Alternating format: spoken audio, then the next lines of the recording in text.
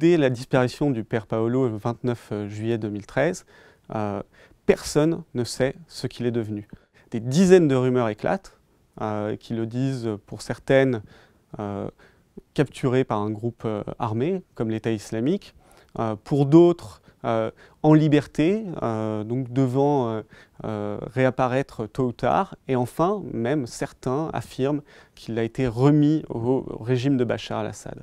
Ce nuage de rumeurs, comme l'ont appelé certains officiels italiens avec lesquels j'ai pu discuter, va rendre très difficile d'enquêter sur le sujet. Contrairement à ce qu'ont publié certains médias, aucun témoignage direct n'a pu établir s'il a été entre les mains de l'État islamique ou s'il a été exécuté.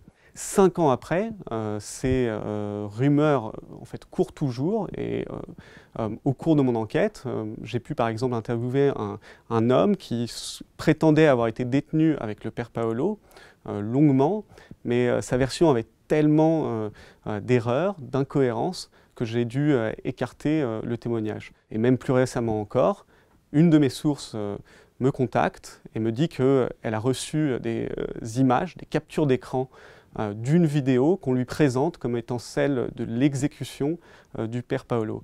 Alors cette personne est un proche de Paolo et est très inquiète, mais j'analyse ces images et je découvre assez rapidement qu'il s'agit en fait d'images fabriquées donc pour faire croire à une vidéo d'exécution à partir d'une très vieille vidéo du début des années 2010 du père Paolo.